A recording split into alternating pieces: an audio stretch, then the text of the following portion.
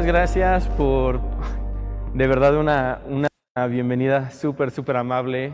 Me encanta regresar a Morelia. Llevo ya 10 años fuera de Morelia, viviendo fuera de México, y siempre me encanta regresar porque, ya saben, la calidad humana aquí en México es inigualable. Muchas gracias por la muy bonita introducción. Entonces, el día de hoy les iba a contar pues una historia de qué verdaderamente es la investigación biomédica, qué es la investigación, y luego, sí, pues la charla está básicamente estructurada en dos partes. La primera parte siendo pues la introducción a la investigación. ¿Qué es? ¿Para qué nos sirve? ¿Cómo se lleva a cabo? Y lo más importante, ¿cómo te puedes involucrar tú como estudiante en la investigación? Y luego la segunda parte va a ser sobre pues, la historia de la investigación que estamos haciendo ahorita en el laboratorio de donde estoy, en Cambridge, y un poquito de mi trayectoria científica y de mi investigación pues, vigente. Ok. Les voy a preguntar, y pueden participar adelante sin ninguna pena. ¿Qué es la investigación? ¿Alguien que me pueda decir? Claro que ningún voluntario. Bueno, la investigación, ¿qué piensan cuando les digo investigación? ¿Piensan quizá de un científico en una bata, de un laboratorio, de unos tubos, de unos químicos, igual de instrumentos, de análisis? Pero, next slide, please. ¿Qué tal si les digo que la investigación también puede ser la traducción o el estudio del Rosetta Stone? Siguiente. O el estudio de personajes históricos como William Shakespeare o personajes en Ancient Egypt. Siguiente. Como también puede ser ver algo en el microscopio, hacer un análisis de una bacteria, hacer un ensayo en un laboratorio. Siguiente. Como también se pueden hacer pues colección de datos por entrevistas con sujetos cualitativos, ya sea en línea o en persona. Entonces, todo esto es la investigación. Y entonces, para como sumarlo todo, me gusta pensar, como yo soy pues muy curioso, la investigación es curiosidad, pero importantemente, la curiosidad que está basada y estructurada a través del método científico, y eso es como la base de la investigación. Es, si voy a hacer preguntas o tengo una curiosidad de esta cosa, lo puedo hacer, lo puedo estudiar, pero tiene que ser basado en el método científico. Y, importantemente, tiene que tener un objetivo, y ese objetivo es la creación de conocimiento nuevo y de nuevas ideas.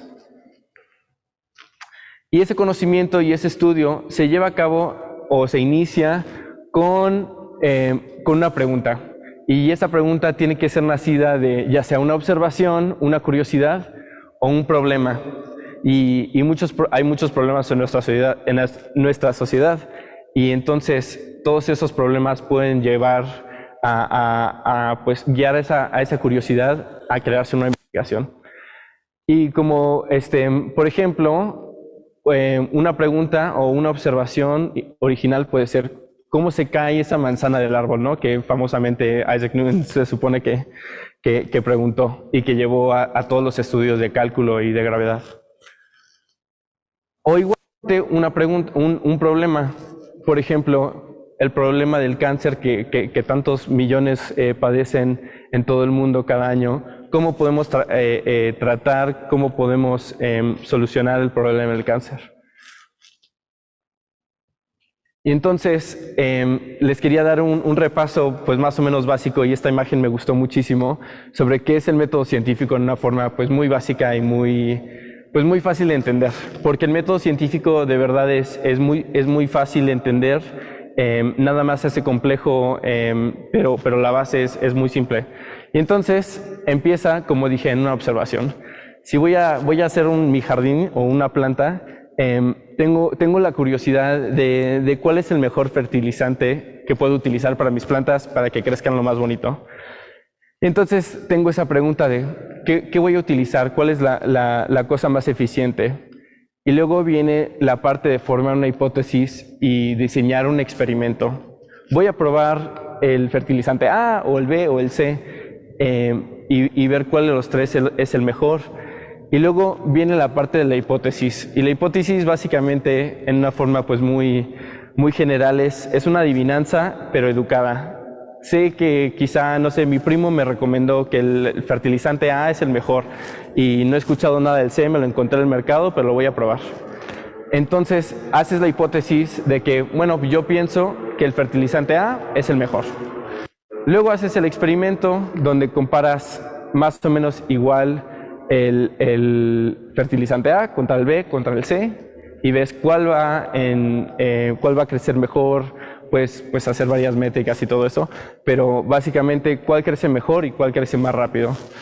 Y por medio de los resultados puedes ver, pues el A creció más rápido, y entonces tus conclusiones están basadas en tus resultados, y dices, la hipótesis está correcta o la hipótesis está incorrecta, mi adivinanza estuvo bien o no.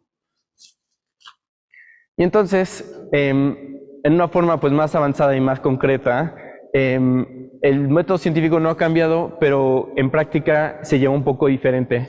Y entonces lo diferente es que empiezas igual con una observación. Esta persona hizo este experimento y vieron esto, ¿no? Este cáncer se presenta en tales pacientes. Y luego haces una pregunta, ¿por qué? ¿Cómo se lleva a cabo? ¿Cuál es el mecanismo?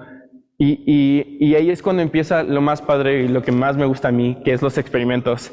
Meterte a pipetear, a hacer los análisis, y haces experimentos, te llegan resultados y te llegan datos así, y luego haces una hipótesis viendo pues los resultados de ese experimento, y luego te avientas unos 2, 3 años, igual una carrera toda tu vida entera, haciendo experimentos para ver cómo caen dentro de esa hipótesis.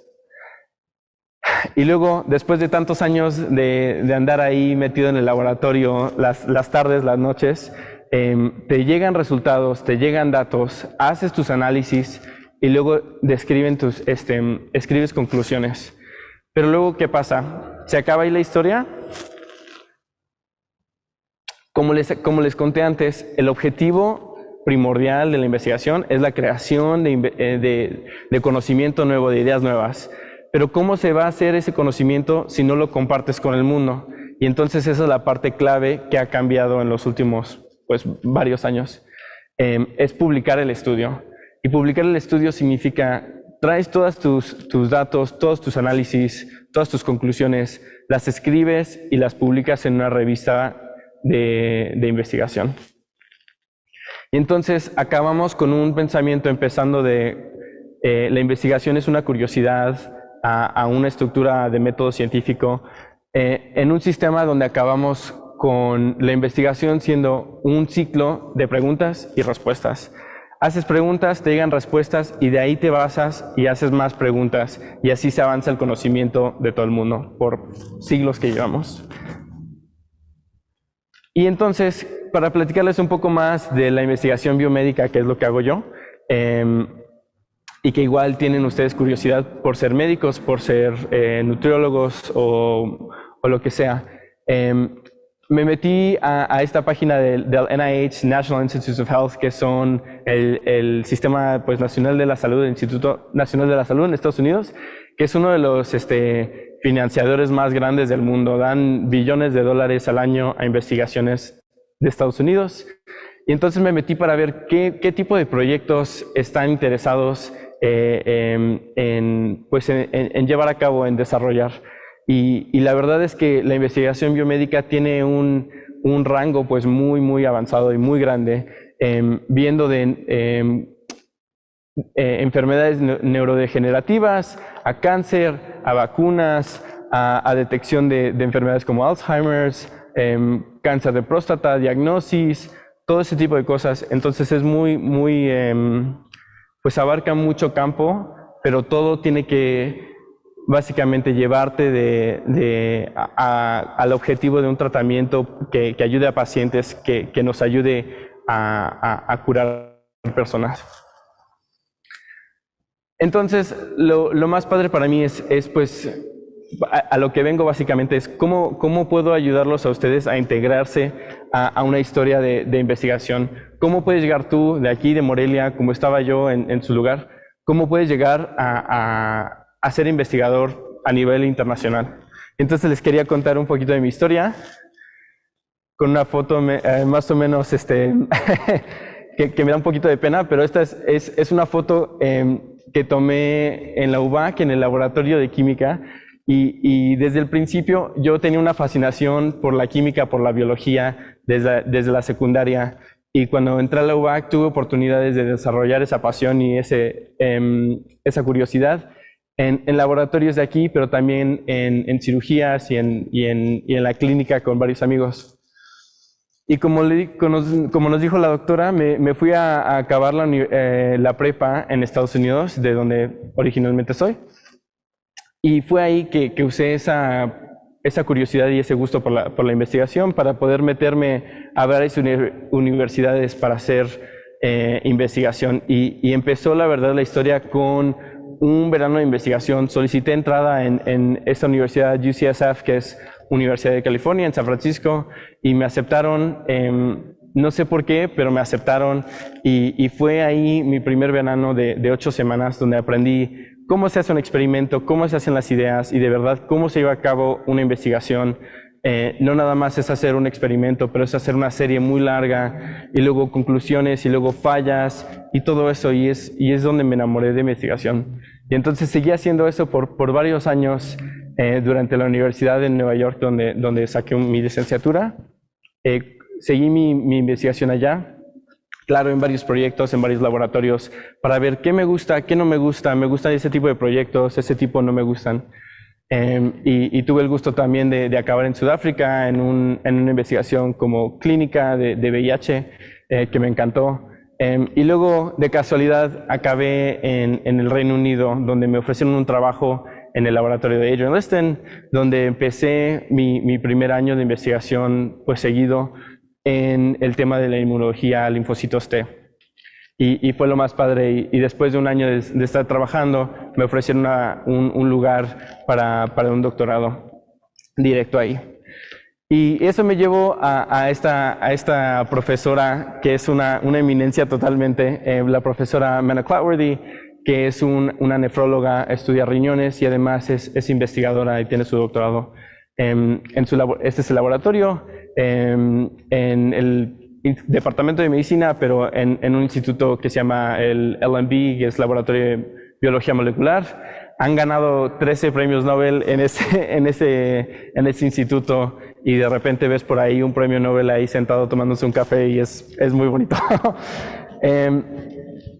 Pero Mena me trajo al laboratorio para estudiar neuroinmunología, que es de verdad la trata de la inmunología en el ámbito de la neurobiología, que es el sistema nervioso central. Entonces, ella es inmunóloga y yo también pues mi entrenamiento es de inmunólogo, pero nos atraía mucho el campo de, este es un nuevo campo, ¿qué podemos descubrir aquí? Y entonces me trajo para estudiar linfocitos B, que son el primo del linfocito T, y había tenido yo una experiencia más o menos larga, y entonces me trajo para estudiarlas en el cerebro. Y esta historia pues básicamente es sobre eso. Y bueno, para darles un poco, vamos a hacer la transición a la parte un poco más pesada de ciencia, así que si tienen alguna pregunta me pueden avisar al final. Bueno, los linfocitos B o B cells son un tipo de célula que nace de la médula ósea, disculpen mi español, de la médula ósea, y su rol más grande o más famoso es la producción de anticuerpos. Los anticuerpos han sido muy famosos por lo de COVID, que quieres un nivel de anticuerpos alto para poder tener protección contra un virus, una bacteria, y hay una variedad de anticuerpos que se producen. Pero las células B, linfocitos B, tienen un rango de trabajos, de roles en la fisiología y en la parte inmunológica que son muy, muy importantes, siendo como la producción de citoquinas para poder o suprimir la respuesta inmune, o para incrementarla y para atraer diferentes tipos de células como macrófagos, células dendríticas o linfocitos T. Tienen la habilidad de presentar, no solo son productores de anticuerpos, pero utilizan su anticuerpo para poder presentar antígenos y activar a linfocitos T en tejidos y en tejidos linfoides. Pero también tienen esta habilidad de crear un centro germinal donde ellos hacen un proceso muy bonito y muy complejo que lleva a la producción de anticuerpos. Y entonces vamos a hablar ahorita de células muy padres, muy interesantes que se llaman células plasma, que producen anticuerpos. Y aquí hay una fotito de los 5 tipos de anticuerpos isotipos que se llaman IgM, que es un pentamer, IgA, IgG y IgE. Entonces, como les decía, el centro germinal es una estructura primordial para la función de las células B, para diferenciarse a células plasma que pueden producir anticuerpos. Y entonces los centros germinales son algo más o menos así, y caen y se forman dentro de tejidos o de órganos especiales que son órganos linfáticos, como este ganglio linfático, pero el vaso también tiene varios de estos.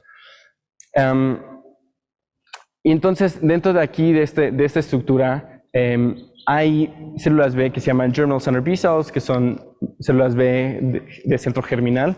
Son un tipo pues más o menos especial que entran después de haber sido más o menos activadas, presentadas con un antígeno en el caso de una infección o ya sea de una vacuna. Y entonces, una vez activado, las células B entran y forman este centro germinal y hay 2 áreas. ¿Se pueden regresar un slide, por favor? Hay 2 áreas. Esta área que se llama Dark Zone, que es zona oscura, y la zona, pues, que no es oscura, Light Zone. Y entonces, una vez activada, la célula B empieza a hacer unos cambios en su receptor BCR, que es el que va a ser el anticuerpo. Y haciendo ese proceso, empiezan a mutar sus genes del anticuerpo para poder crear una especificidad mayor, más robusta, con mayor afinidad a ese antígeno, para protegernos más de una infección. Y entonces, una vez que se mete a este proceso, tiene que refinarse en varios ciclos de mutaciones que se llama somatic hypermutation. Entonces, una vez que entra a la zona de luz, empieza a mutar. Luego se mete a la zona oscura y en la zona oscura tiene ayuda de células T, donde empieza a replicarse y entonces por eso hay una densidad más grande y por eso se ve más oscurito en ese campo. Y luego de estar aquí se regresa al Light Zone y en el Light Zone compara el nivel de atracción de ese receptor, de ese anticuerpo, para ver si es de mayor afinidad o de menor afinidad. Si es de mayor afinidad, sobrevive y se regresa aquí, hace más mutaciones y luego se regresa otra vez y hace varios de esos ciclos. Pero ¿qué pasa si una mutación, porque son mutaciones básicamente a lo loco, ¿no? Si esa mutación lleva a cabo un BCR, un anticuerpo de peor afinidad, pierde la afinidad, pierde como la atracción y las citoquinas de sobrevivencia, y entonces la dejan sola y se muere de apoptosis, para poder decir, los anticuerpos que sirven se mantienen vivos, los que no sirven los matas, para poder tener un repertoire que se le dice de anticuerpos pues más avanzados. Y entonces es ahí, una vez que haces varios de estos tipos de ciclos, te diferencias como germinal center B cell en una célula plasma. Porque aquí las células B tienen su receptor y tienen millones de receptores, pero los tienen dentro de la célula o lo tienen pegado a la membrana. No lo pueden secretar o producir en una forma soluble como las células plasma. Y además las células plasma, como puedes ver aquí la ilustración, tiene pues básicamente en la mayoría de la célula un sistema de producción y de secreción de muy alto rango para poder producir muchísimos anticuerpos para poder llenar la sangre y los tejidos de esta proteína que es protectora. Y una vez que eres una célula plasma, después de que se acaba la infección, después de unas 2 semanas, todavía quieres guardarla para que una vez que te dé una infección otra vez, puedas tener esta respuesta más rápida e igual de robusta o más robusta. Y entonces, básicamente, se van a dormir y se van a un programa de residencia de largo plazo, pueden durarte años, toda la vida, a la médula ósea principalmente. Pero aparte de la médula ósea, el intestino o el colon y el intestino pequeño tienen una población de células plasma muy importantes que son clave para la salud intestinal y del cuerpo. Adelante. Y entonces quiero hablar del intestino porque lo que estudio yo es el intestino y su relación con el cerebro.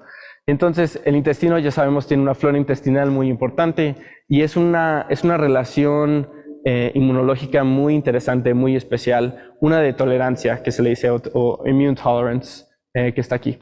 Y entonces, en el intestino, y aquí puedes ver pues más o menos una fotito, hay bacterias, hay microbios, que tenemos una relación muy padre con ellos, porque ellos nos ayudan con metabolitos, nos pueden ayudar en digestión, y todo ese tipo de cosas, y estamos todavía descubriendo qué tan buena es esa relación con la bacteria y la microbiota.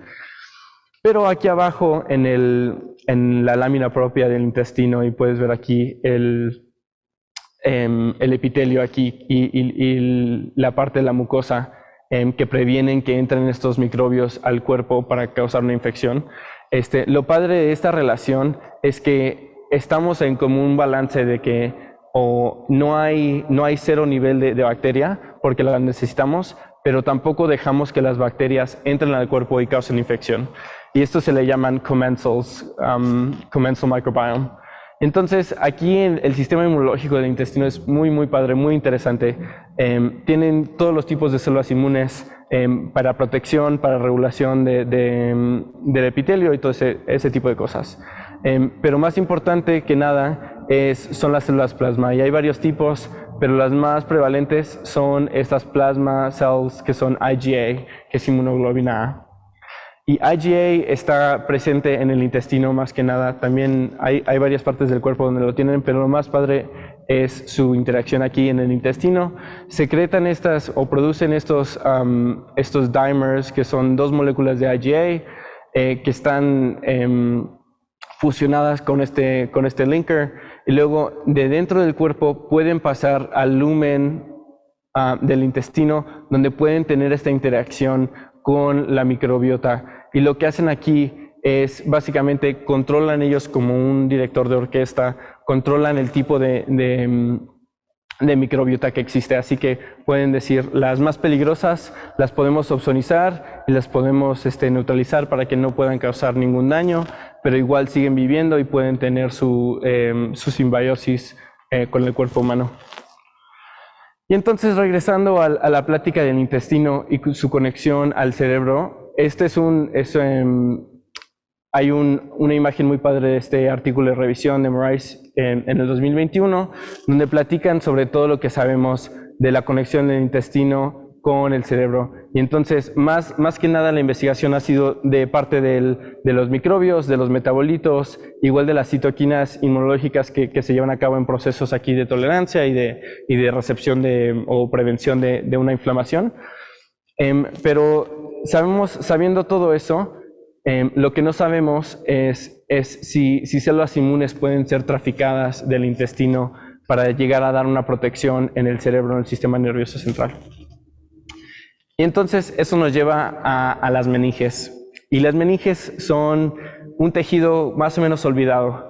Y como médicos lo estudiarían en el contexto de que pues, es una membrana de 3 capas, la dura matter, arachnoid matter y pia matter, que es la más delgada, que cubren al cerebro, cubren a la espina y dan protección física al cerebro, pero también contienen este líquido que se llama CSF, Cerebrospinal Fluid. Pero después de años, en el 2020, 2019, empezaron investigaciones súper fuertes de inmunólogos en el área de las meninges. Entonces empezaron a investigar con nuevas tecnologías como citometría de flujo avanzada y secuenciación, y empezaron a ver que las meninges son pues, el hogar de muchísimos tipos de células inmunes que se parecen muchísimo al intestino. Entonces hay linfocitos B, NK cells, células dendríticas, monocitos, todos los tipos de células inmunes existen en las meninges. Y luego fue la pregunta, se desató básicamente un nuevo área de investigación diciendo, ¿por qué existen aquí y de qué sirven? Y entonces, en nuestro laboratorio, en nuestro estudio más que nada se basa en este tipo de inmunofluorescencia, donde si haces una disección de las meninges ya sea de un humano, de un paciente post-mortem o de un ratón, que se puede ver aquí, si la pones en un slide, se me fue la palabra para uno de estos, un pedacito de vidrio, y lo puedes teñir con anticuerpos específicos en contra de moléculas del sistema inmune. Y entonces estas moléculas, estos anticuerpos fluorescentes nos dan imágenes de fluorescencia donde podemos identificar este es el tejido, este es ese tipo de célula, y etcétera, etcétera. Y entonces eso empezamos a hacer en el laboratorio, y este es un artículo ya publicado, así que si les interesa pueden ir a verlo. Unos colegas lo publicaron en Nature, que es una de las revistas más padres que tuvimos suerte por este estudio muy bonito que realizamos. Entonces empezamos a ver qué células plasma existen en las meninges. Entonces, ¿sí alcanzan a ver, chicos? Empezamos a ver en las meninges qué tipos de plasma cells hay. Y sabiendo que en el intestino existen IgA y IgG plasma cells, que son aquí IgA en azul y IgG en rojito, queríamos ver qué tipo de células plasma existen aquí en las meninges y notamos que la predominancia es de IgA plasma cells. Y entonces nos fue muy curioso y seguimos checando. Y entonces lo que vimos es que el total de las células plasma, la mayoría eran IgA en comparación con IgG, que fue muy curioso porque, como saben, IgG es el isotipo de anticuerpo más prevalente en el cuerpo, en la sangre, porque en el caso de una infección viral, las células plasma que son de tipo IgG secretan y producen miles y millones de anticuerpos que en tu sangre te protegen de una infección viral en la sangre. Entonces nos fue muy curioso y dijimos, entonces vamos a checar esta historia. Y entonces hicimos un mapa de dónde están todas las células, los linfocitos B, y dónde están las plasma cells IgA. Y lo que vimos es que, y si te puedes imaginar, esta es la posición Y, la posición X, y esta es más o menos la forma si haces la disección de las meninges. Básicamente cortamos el cráneo del ratón, lo quitas y luego básicamente las jalas y las desprendes del cráneo porque están pegadas al cráneo. Y entonces, una vez que haces el análisis de los linfocitos B y los IgA plasma cells, puedes ver que se concentran en esta forma casi como de Y de T. ¿Y a qué corresponden estas? Como médicos igual pueden adivinar. Estas son las dos sistemas circulatorios más importantes en las meninges. Esta se llama el superior sagittal sinus. La sinus, pues, son las venas de las meninges. Esta es la más grande que es de esta orientación, y esta es la transversal. Entonces, estas son, pues, básicamente son los vasos más grandes a donde se viene todos los vasitos pequeños de las meninges. Entonces vimos que hay una prevalencia de las plasma cells IgA en esta parte, en estos dos vasos, y especialmente en esta área muy pequeña que queda sobre esta área del cráneo que se llama el cribriform plate, donde está el órgano, pues, del cerebro que es para el olfato, y en los ratones ese órgano es básicamente una estructura más o menos desprendida del cerebro, y en humanos es parte del cerebro. Y como ellos son, pues, animales que requieren un sistema de olfato muy avanzado, tienen un área muy grande, y entonces eso es justo arriba de esa parte del cerebro. Y entonces nos pareció muy curioso. Y hicimos la cuantitación y vimos que en los sinuses, que son estas áreas, el porcentaje de células plasma IgA está como 90% en comparación con el resto de las partes de las meninges. Y similarmente con los linfocitos B. Y luego vimos, bueno, ¿cuál es el propósito de esto? Sabemos que en el intestino son muy importantes los plasmas, IgA plasma cells son importantes para poder tener este proceso de tolerancia, pero luego dijimos, bueno, ¿qué pasaría si matas a todo, a toda la microbiome, a la microbiota? ¿Qué le pasaría a las plasma cells de ahí? ¿Tienen alguna relación de tráfico con el intestino? Y entonces hicimos este estudio donde tenemos pues un control que se le da como un placebo básicamente y luego un tratamiento de antibióticos. Entonces los antibióticos, como sabemos, matan la microbiota o la bajan de un nivel significativo y entonces pudimos ver que hay un nivel significativamente menor aquí en el tratamiento de los antibióticos. Son las células plasma cell, pero no en los linfocitos B, no es significativo. Entonces, dando anticuerpos y haciendo un depletion del microbiome, podemos ver que los plasma cells, IgA plasma cells, están a un nivel menor, pero eso no requiere, los linfocitos B no requieren de esa señal, de esa comunicación, que nos fue muy curioso. Y entonces, hicimos este tipo de secuenciación que es pues más o menos avanzada, se llama PCR sequencing, secuenciación del receptor de antígenos que tienen los linfocitos B. Entonces puedes ver, como dijimos hace rato, tenemos en esa reacción del centro germinal, ellos hacen sus mutaciones específicamente para pues, mejorar su anticuerpo. Y entonces puedes ver haciendo la secuenciación de todas las células B, todos los plasma cells, puedes ver cuáles clones, se le llaman clones a las células individuales, puedes ver los clones del intestino, aquí small intestine, cómo los del intestino están relacionados a las de los meninges. Así que básicamente lo que este ensayo está intentando decir es, vienen del intestino y si sí vienen, están relacionadas a las del intestino. Entonces, las del intestino son estas azules y las de las meninges son las rojas. Y entonces hicimos la secuenciación y podemos ver que todos estos clones azules tienen pues un progenitor, pero de aquí hay una división que da luz a estos clones de los meninges aquí que están relacionados a los del intestino. Entonces, este experimento básicamente nos dice, hay un overlap, básicamente las células B o los linfocitos B de las meninges son primos de los del intestino.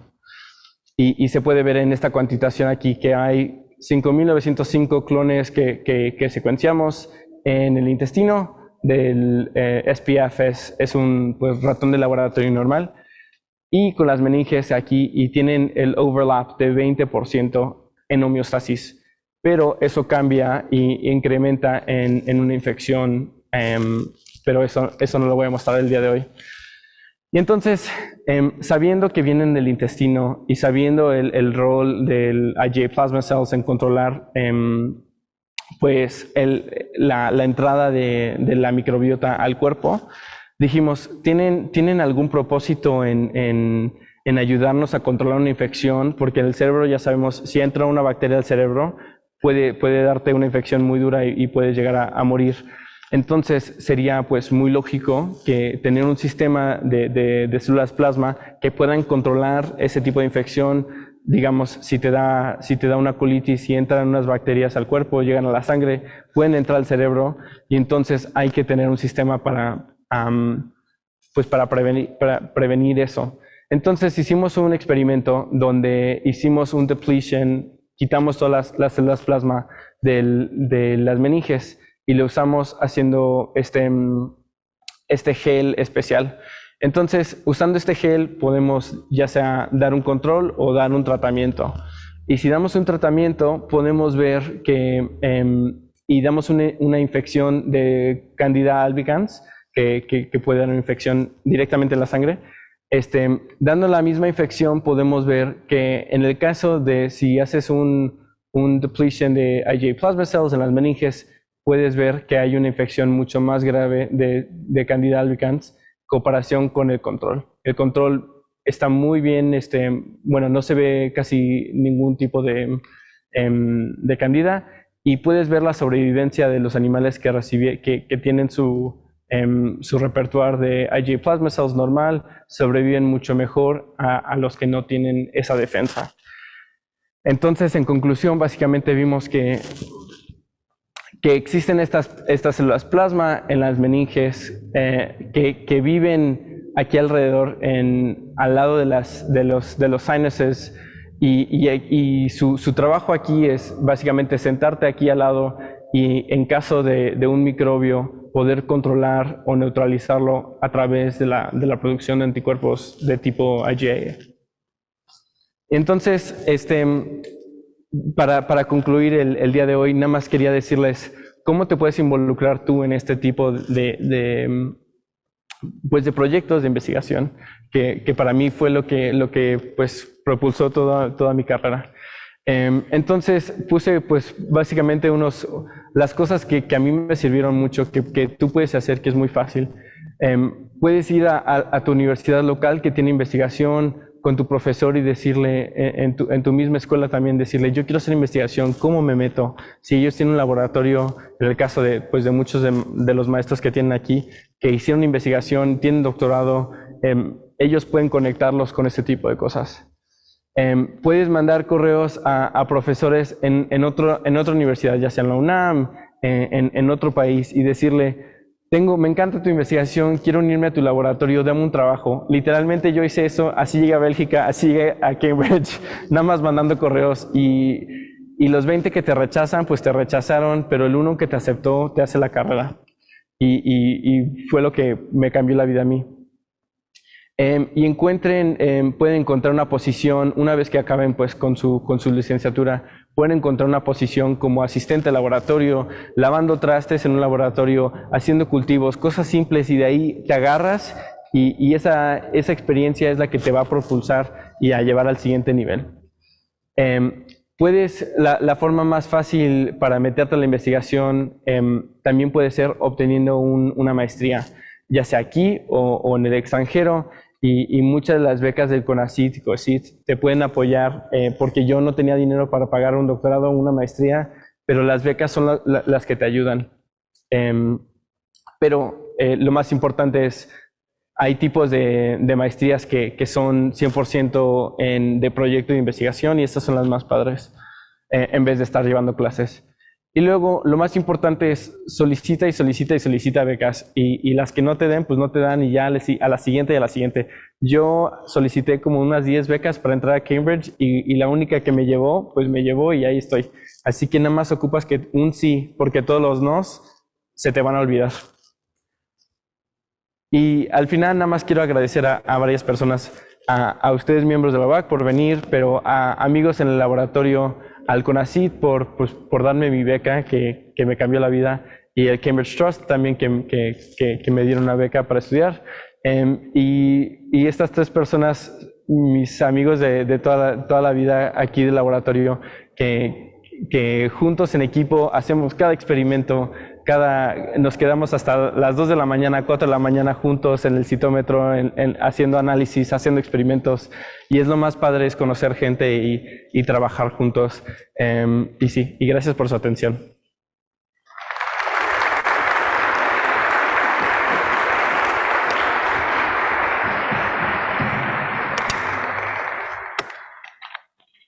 El fracaso es como mi mejor amigo, mi acompañante de todos los días. Básicamente, para no mentirles, el primer año, la mayoría de mi primer año de doctorado, porque llevo un año y medio, fue pues más o menos un fracaso en una forma, ¿no? El proyecto como que no lanzó, y luego los ensayos no salían, y técnicamente estaba difícil, y los fracasos no nada más pues experimentales, pero dices, ay, no le entiendo este artículo, y no sé cómo leer, y no sé cómo explicar, y no entiendo nada, no sé nada. Básicamente el fracaso es como 100% parte de hacer ciencia y hacer investigación, porque si fuera fácil ya lo habrían hecho, y todos los proyectos que ya sabemos ya están hechos, pero lo más padre de investigación es meterte al no saber, y por qué no te salió hoy me salió y no me salió mañana, y no sabes por qué, y estás repitiendo. Pues es difícil, pero... Uy, disculpen. Es difícil, pero pues básicamente con las personas que, mis amigos del laboratorio, y quejándote con ellos y de que, ay, no me salió esto, y luego te dan sugerencias, como nada más así es continuar, y ya sabes que te derrotan, y te levantas otra vez y regresas al laboratorio el siguiente día y el fin de semana hasta que te salga. Y si no te sale, de ahí vas aprendiendo, y así es como te vuelves científico, así es como tienes la mente crítica de decir, no funcionó, ¿y por qué? Y si le hago esto, y luego empiezas después de un año te regresas y dices, ay, es que entiendo todo, por qué funciona así, luego aprendes a fracasar de una forma mejor, y eso es lo padre, es que de repente te das cuenta de que estás avanzando y vas creciendo, y para mí es lo más bonito. Y además el apoyo de los amigos es lo que ocupas, es amigos buenos. Pues mira, lo más bonito de la carrera es como, para mí es compartir con estudiantes, entonces...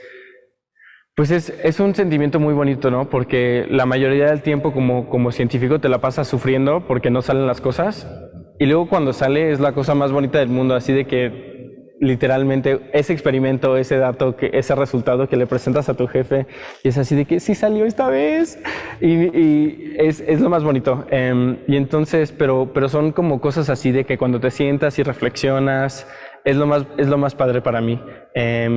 También me encanta estar en el laboratorio y todo eso, pero sí es como salir y disfrutar de lo que has hecho, y como platicar de la ciencia es lo que más me gusta. Y entonces, para todos los estudiantes que les gusta compartir y platicar con pacientes y platicar con maestros, es como el tipo de...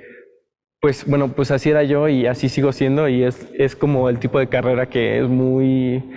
pues que te llena de vida y te llena de gusto para seguir pues yendo a trabajar, porque cuando es difícil es esa pasión la que te impulsa a levantarte en el frío a las 5 de la mañana para ir a darle de comer a los ratones, o a ir a seguir el experimento, a analizar los datos. Eso es lo que se ocupa. Pues es exactamente lo que le dio al mero tino, porque esa es una de las cosas pues que más nos interesan. Mi jefa siendo pues clinician, como le decimos, es médico, está en la clínica y ella ve esos problemas. Entonces es ahorita pues es algo que estamos investigando, porque si en el caso de la meningitis, imagínate cómo damos ahorita las vacunas de la meningitis, es intramuscular, ¿no? Entonces, si quieres cambiar, si sabes que hay un link de la flora intestinal, el sistema inmunológico del intestino, con la de las meninges, puedes potencialmente cambiar la ruta de administración de una vacuna, ya sea oral, para poder crear esa respuesta inmune de memoria en las meninges y poder tener ese refuerzo. Así que es un tipo de experimento ahorita que estamos muy, muy interesados en hacer. Así que otros grupos están haciéndolo por medio pues de refuerzos de linfocitos T, porque también hay memoria de T cells. Entonces hay otro mecanismo que también están investigando para el mismo objetivo, que es poder dar vacunas más eficaces para poder entender las respuestas en este tipo de infecciones y este tipo de enfermedades. Gracias. Nosotros no somos un laboratorio que hace comportamiento. Ahorita que estamos trabajando con una colega que es ella estudia la enfermedad de Parkinson's. Ellos como son neurólogos, hacen muchos estudios de comportamiento. Entonces estamos empezando a ver un poquito ese link, pero todavía no lo hemos estudiado y no lo estudiamos en el contexto de este artículo.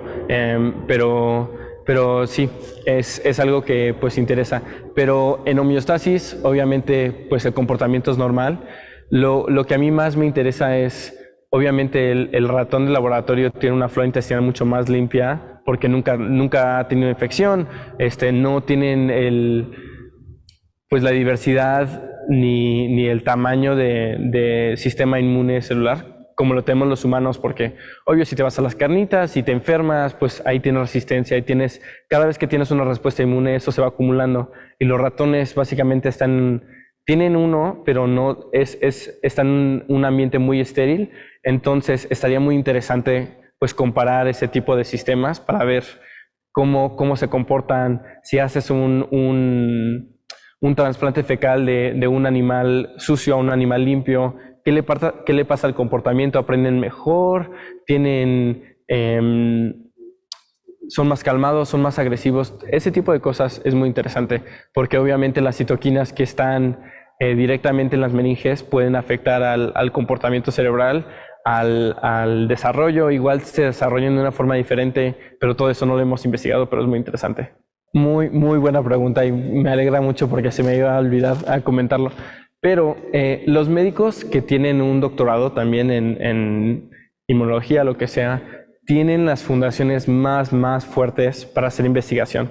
Más que nada investigaciones que se llaman de traslado. Así que sí, tratar con pacientes, hacer pruebas clínicas, pero también ver investigación básica que tiene un impacto directamente en la clínica.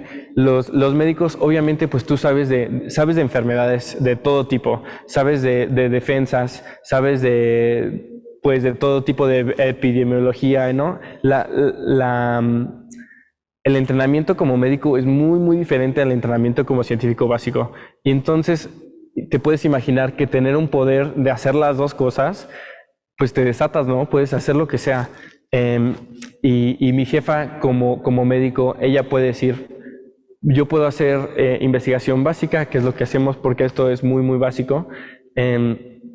Pero también puede decir, si queremos darle una vacuna de otra forma, porque los pacientes y tal, así este tipo de infección, tenemos el poder de saber que existe ese problema, que existe ese caso y poder pues aplicarlo, ¿no? Y poder desarrollarlo, porque no es el caso, porque yo no sé casi de infecciones, a menos de que, porque digamos que yo trabajo con Parkinson's es lo único que sé, pero igual no sé de las coincidencias con tal y tal enfermedad, no sé de qué son los síntomas que los pacientes igual tienen, pero no te dicen, o que no aparece un artículo, y todo ese tipo de cosas que los médicos saben, que los científicos no saben, es muy importante. Y entonces, si eres médico y tienes ganas de hacer investigación, hacer un doctorado te puede hacer un nivel pues mucho más alto, y sí es algo muy importante. Normalmente, es más, en Estados Unidos le llaman MD-PhD, que es, el MD es el doctorado médico, que es ser médico, y el PhD, que es un doctorado en investigación. Los que son MD-PhD normalmente son los jefes o el director de medicina de la mejor universidad de Stanford, de Harvard. Todos esos son MD-PhD y son los que llevan investigaciones muy fuertes y ven pacientes, y entonces es muy importante. Y eso falta en México, mucho.